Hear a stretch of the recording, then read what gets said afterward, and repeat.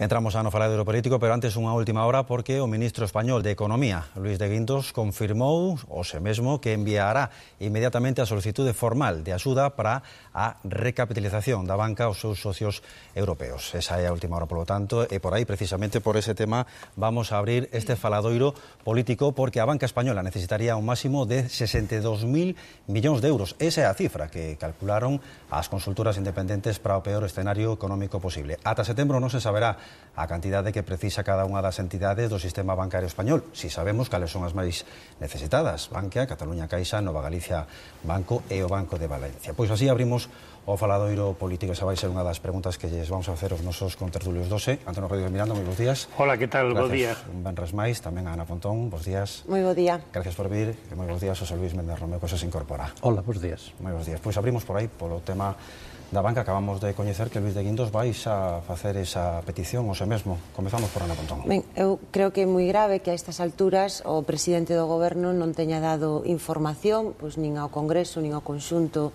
dos cidadáns do Estado de cales son as condicións deste rescate á banca, nin cales son as contraprestacións que se llevan a exixir aos cidadáns, é dicir, que para salvar a banca se llevan a exixir aos cidadáns novos recortes e novos sacrificios. Temos claro pola información que ten saído en prensa que como mínimo pois se vai a subir o IVA, que eso nos creemos que vai a ter un efecto moi negativo na economía, e en todo caso a nos o que nos parece é que o que hai que poñer en cuestión é o modelo económico que temos neste momento, o actual proceso de construción europea, e que realmente con este tipo de medidas, lonxe de sair da crise, o que se llevan a exixir máis sacrificios aos cidadáns, e vamos a ver como non somos capaces de iniciar unha senda de recuperación económica. Desde logo nos creemos que é impresentable política e democráticamente que o presidente do goberno fuxa, que non nos dé información veraz de que o que está pasando, de que cada día parece que cambia de opinión, e sobre todo nos parece moi grave que ante unha intervención destas características que vai a supoñer novos recortes, se lle prive aos cidadáns da capacidade de poder decidir. Imos con José Luis Méndez Romeu, pero antes acaba de ser un teletipo que o ministro de Guindos di que a recapitalización directa está aberta para España. E o propio Fondo Monetario Internacional di tamén que está aberta para España. É unha opción que xa está encima da mesa. O que é evidente que o goberno de España, o señor Rajoy, levan 6 meses dando tumbos en política económica.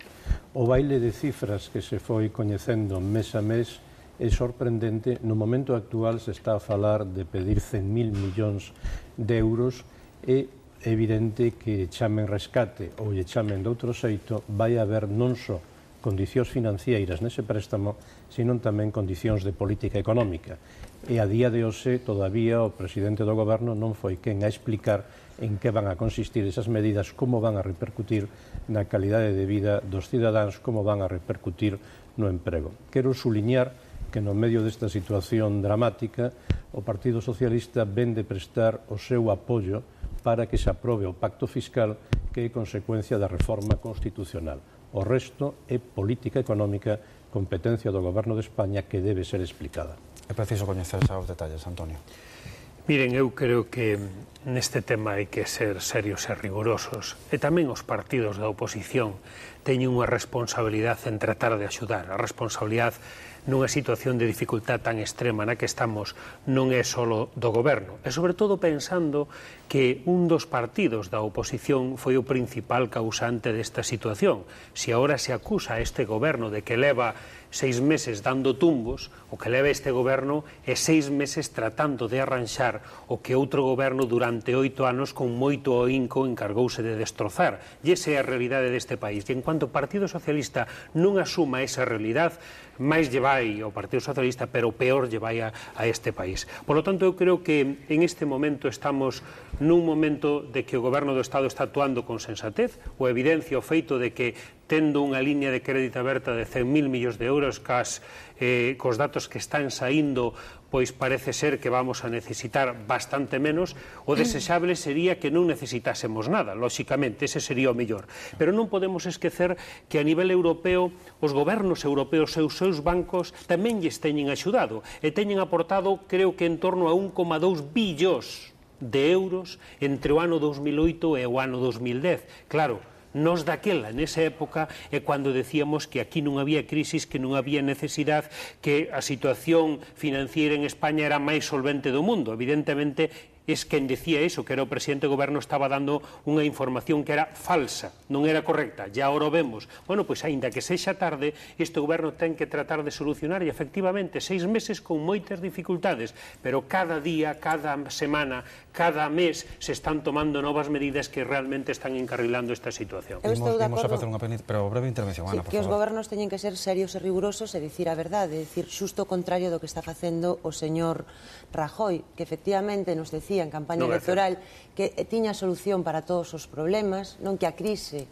se remataría se había un cambio de goberno do Estado, e vimos que lonxe de que esa sexa a situación, hoxe temos ao Estado español con unha recesión económica moi forte e un goberno que nin di a verdade, nin ten capacidade real para marcar o ritmo. E o grave de todo isto é que, efectivamente, volvemos a ver como o señor Miranda, igual que o señor Rajoy, non nos fala de rescate, non se lle informa aos cidadáns de cales van a ser as novas exigencias por salvar a banca, e o máis grave que nos creemos que o que se están é repetindo os erros que cometeu o goberno socialista, porque están indo as reformas pola mesma situación, e o resultado xa o vemos, que máis paro, máis recesión económica, máis desigualdades, privatización do ensino e da sanidade. Nos, desde logo, a quen lle temos que ter fidelidade non é o Partido Popular, a quen lle temos que ter fidelidade aos cidadáns, e a unha alternativa que cada día é máis evidente, porque está claro que con este sistema e con este modelo salvarase a banca, pero estáse arruinando a milleiros de persoas e empobrecendo a milleiros de persoas neste país. Non sei se tes algo a Sí, comentar. o certo é que o goberno está demostrando unha falta de coordinación escandalosa. O ministro de Guindos di unhas cousas e unhas cifras, o ministro Montoro di outras,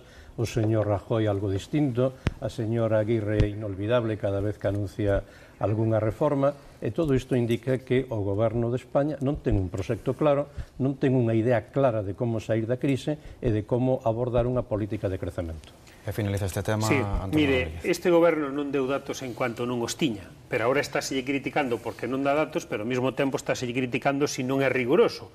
Pois precisamente non deu datos porque agora estánse coñecendo os datos reales. Simplemente se abriu unha liña de crédito de 100.000 millóns de euros. A realidade é que este goberno seguiu subindo as pensións, este goberno non baixou os soldos dos traballadores públicos, este goberno mantén as prestacións de desempleo. E todo isto, e tamén, este goberno non subiu aínda o IVA, non nos subiu. Non sei o que pasará no futuro, pero de momento non nos subiu. E vostedes tamén levan 6 meses anunciando que o vai a facer. E todo isto nun entorno que todos os españoles se dan perfectamente conta que é tremendamente complicado. Pois eles teñen que valorar. Imos a cambiar de tema agora, toca falar dos quimiqueiros da Compañía de Petróleos de México Pemex, que vai solicitarlles presuposto en avante ao resto de estaleiros galegos para a construción de 2 buques quimiqueiros, unha nova que podría supor un investimento de 200 millóns de euros e a creación de 2.000 postos de traballo, segundo comentou o conselleiro de Industria, Javier Guerra. José Luis, é unha boa noticia para o naval. De momento é un anuncio, o Gallá se transformara nunha realidade, pero todavía estamos agardando polos 14 barcos de Pemex que se iban a construir na ría de Vigo e na ría de Ferrol, ou se anuncian tamén contratos sin asinar de posibles mantenimentos de fragatas noruegas en Navantia, etc. Non é serio transformar anuncios de petición de información en contratos en firme con carga de traballo. Creo que o señor Feijóo está facendo un dano terrible ao sector naval con este tipo de informacións que crean falsas expectativas. Lamentablemente, de momento, o único que hai son conversas. Cando se anuncia que se firma un contrato, non pasa de ser un protocolo de intencións e os meses van pasando sin que haxa carga de traballo efectiva. A lo menos parécenos que se debe ser prudente. Imos con Ana Pontón e logo finaliza Rodríguez Miranda. Eu, a verdade, creo que o sector naval é un sector moi importante. Nos levamos reclamando carga de traballo e solucións para o sector naval, tanto na ría de Ferrol como na ría de Pontevedra, e lamentablemente eu creo que os feitos nos din que estamos nun momento moi difícil e que moitos dos anuncios que ten feito o señor Feijóo pois non se teñen verificado. Non entendemos por que a estas alturas non se ten feito público pois ese protocolo de intencións que se asinou con Pemex, porque de momento non hai nada asinado, e parecenos grave que o señor Feijóo este xogando coas esperanzas de milleiros de persoas que hoxe ven que o seu posto de traballo está en perigo. O Partido Popular tiña unha promesa que fixo en campaña e que fixo en Ferrol e que se iba a construir o dique flotante e que se iba a facer e que se iba a haber carga de traballo.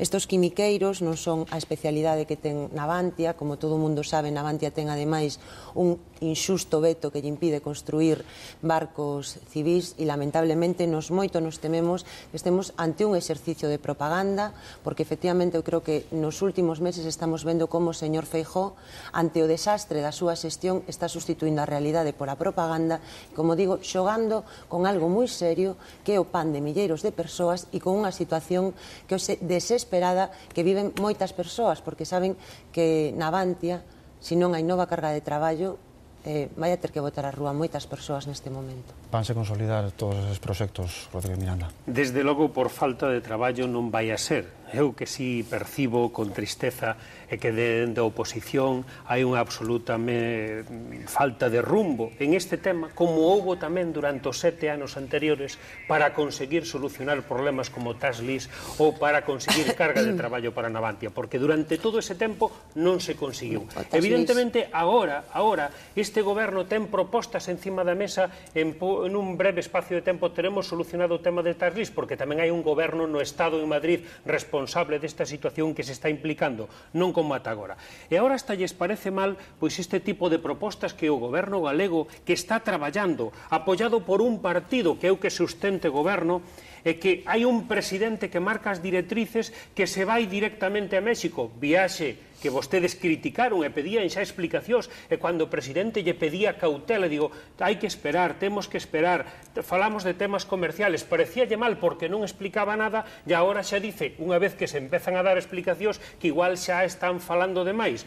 Hai unha realidade, estáse traballando por ter os contratos de todos esos remolcadores, hai posibilidade de 2 buques máis quimiqueiros, hai posibilidades moi firmes, e aquí estuvo a empresa mexicana a través dos seus representantes de que os hosteleiros galegos poidan ter un investimento de perto de 500 millóns de euros. E o que temos é que traballar todos para que este resultado sea positivo. Desde logo, alentando, porque eu entendo que os traballadores protesten porque non teñan traballo, pero deberían que non se den conta os traballadores, que os mismos que agora están ao lado deles soliviantándose aínda máis son os responsables de que durante 7 anos non tuveran cargo de traballo, porque se se dan conta igual os corren a gorrazos dali, teñan cuidado. Eu penso que aos únicos que... Ten que ser moi breve, Ana, por favor. Vamos, a mí o que me preocupa é o que acaba de decir agora o señor Miranda, non? Por un lado vemos como nos di que sobre os 14 barcos non hai nada pechado, cando o señor Feijóo... Non dixen nada deso. Sí, cando o señor Feijóo dixo que iso era así, que se está traballando a ver se se consolida,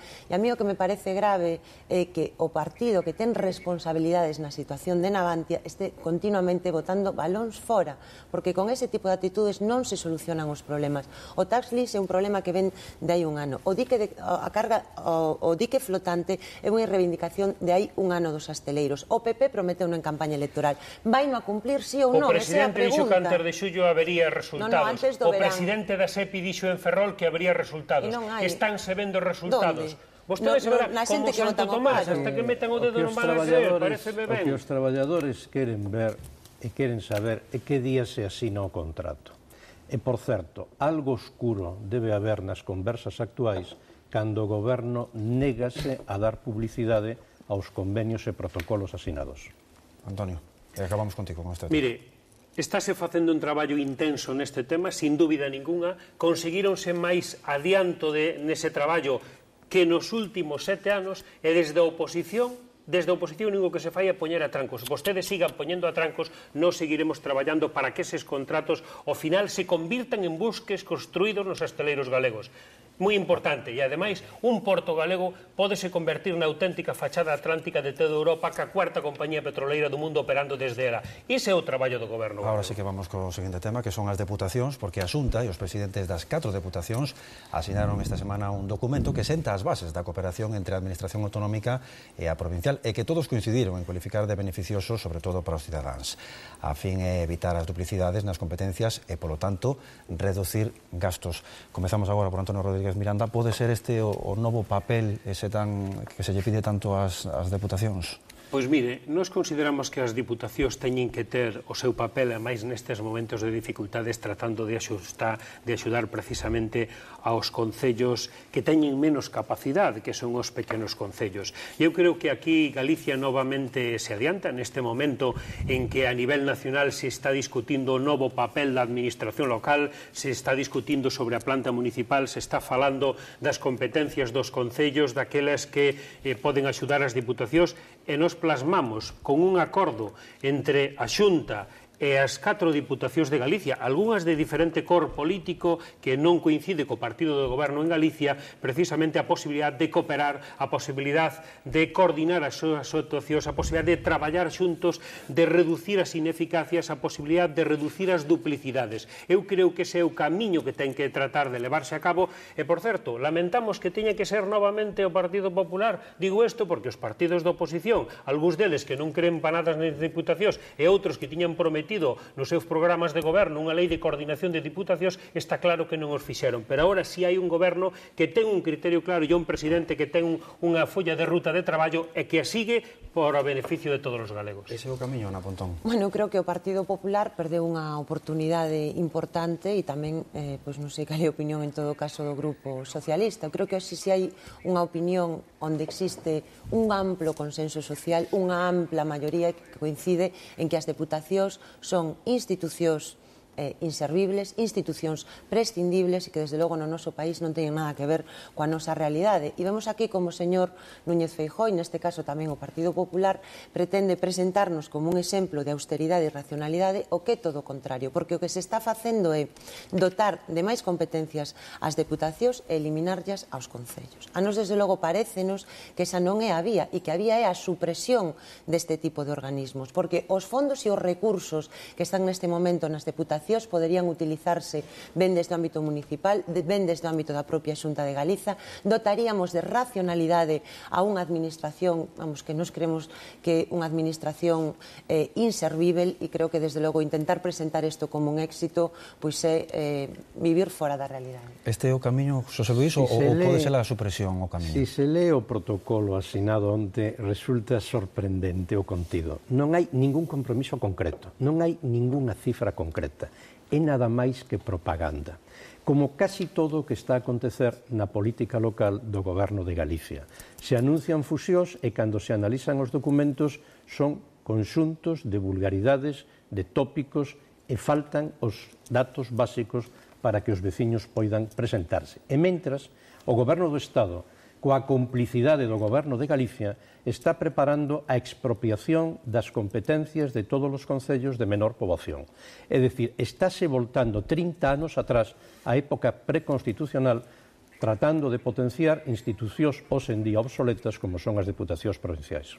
Imos a cambiar de tema porque hoxe temos bastantes temas que tratar. O seguinte é o de Carlos Díbar, que, como saben, confirmou a súa dimisión. A día de hoxe xa é expresidente do Consello Xeral do Poder Judicial e do Tribunal Supremo. Esta situación ven derivada pola suposta utilización de cartos públicos nas viaxes de fin de semana que realizaba Díbar. Comezamos por vostedes, Xosé Luís. Que lle parece esta? Chega tarde, chega no seu momento? Chega tarde, sobre todo, indica unha preocupante falta de conciencia sobre os actos que foron realizados, que os demais xuíces do Supremo consideraron legais, pero que en todo caso son incorrectos e provocan alarma social. Os xuíces tamén están obligados a dar exemplo de boas prácticas e a ter en conta a opinión pública. Quizás a coa actitude de Díbar quedou manchada a xustiza? Bueno, cualquier tipo de comportamento non axeitado sempre afecta ás institucións. Nós o que consideramos é que a decisión que finalmente tomou foi responsable e é a decisión axeitada, lóxicamente, sobre todo para a xudicatura. Pois eu creo que é unha decisión que chega tarde, que ademais causou grande escándalo social coñecer, non, pois como en certas instancias se pode dispor de cifras multimillonarias e dunha discrecionalidade a hora de utilizar os fondos públicos que realmente non é de recibo en ningún contexto, nin con crise, nin sin crise. A mí o que me parece en todo caso é que tamén o Poder Judicial debe ser obxecto de maior transparencia, de maior control, e que desde logo os cidadáns teñen dereito a saber como se utilizan os recursos e ten que haber, eu creo que non se poden repetir este tipo de situacións, bueno, pois porque realmente demostran que hai demasiada discrecionalidade en como se poden utilizar recursos públicos.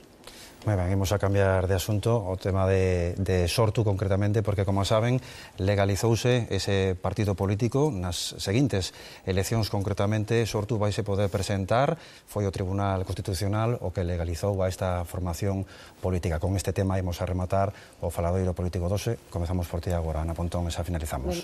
Pois eu celebro que finalmente se acabe coa ilegalización de ideas políticas. Creo que ademais neste momento hai un escenario en Euskadi onde a propia esquerda abertzale ten aberto unha aposta firme por rexeitar a violencia, por unha solución pacífica a ao problema que existe en Euskadi, e a min o único que me produce certa desazón é ver como o Partido Popular, ante esta oportunidade de que remate a violencia en Euskadi, máis ben o que parece aferrarse a un escenario anterior e non querer dar pasos reais para que supoñan tanto a desaparición de ETA como o dereito á verificación de un dereito que eu considero que é un dereito básico dos povos, que é o dereito a poder decidir libremente sobre o seu futuro. Por alusión responde Antonio e logo acabamos con Xosé Luis. Pois mire, nós non compartimos o fondo da sentenza, pero si acatámola, lóxicamente, porque entendemos que probas máis que evidentes aportadas por a Garda Civil e por a propia Avogacía do Estado, pero precisamente como somos demócratas, creo que esa é a maneira de demostrarlle ás persoas que pertenecen a este colectivo e a esas bandas terroristas que son os seus adláteres, que os demócratas actuamos doutro xeito distinto. É dicir, cando nós temos unha sentencia que non nos gusta, acatámola porque respetamos o imperio da lei. Eu creo que iso é o que debían eles aproveitar tamén, respetar o imperio da lei, disolver a banda, entregar as armas, porque iso é o que quere realmente a sociedade española. Xosé Luis Méndez, acabamos con ti. O terrorismo está desaparecido, o que ven a decir a sentencia é que non se pode ilegalizar preventivamente a unha organización política, que o dereito de asociación e de participación na vida pública é un dereito fundamental en España, e a partir de aí lle marca ao propio partido, a Sortu, as condicións que son as mesmas que temos que cumplir os demais grupos políticos para participar na vida pública. Pois con este asunto rematamos. Moitas gracias aos tres, que teñan boa fin de semana, bo día de San Xoán mañá. Bo día. Gracias.